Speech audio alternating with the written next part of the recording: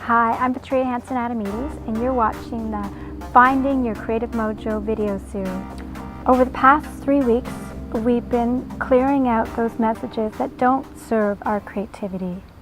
Clearing out this extra noise means that we can have more room for creative flow to happen.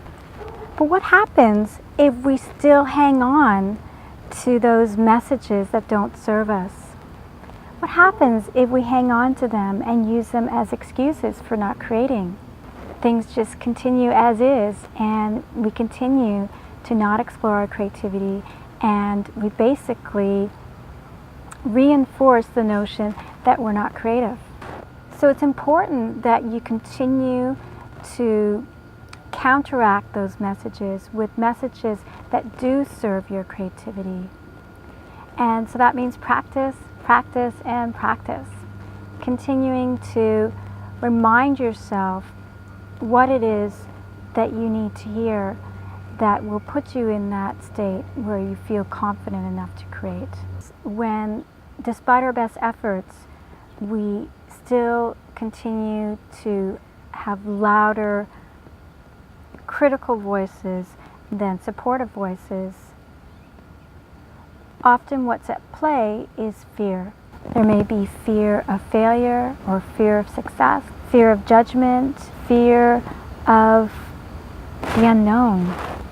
When fear continues to be so strong that it interferes with you starting, the best antidote is to face the fear and go ahead and take that step and create. So even though it may be a voice that's louder than the supportive voices, somehow you have to muster the strength to have a voice that says, just go ahead and paint or draw or make something, despite all the fear-mongering. Sometimes it's not obvious that fear is at play. Beware of excuses where you've planned out to do some art and then all of a sudden, the excuses start coming up. Well, I really should do this first, or the timing's not right, or the weather's not right. Whatever. Just beware when you start hearing those excuses flying around, despite the fact that you've put aside the time and you have everything that you need, then often fear is at play. And really the only thing that you can do at that point is to just push forward and face that fear and do it anyway. The amazing thing is that once you do that, you realize that it's not as bad as your mind is making it out to be.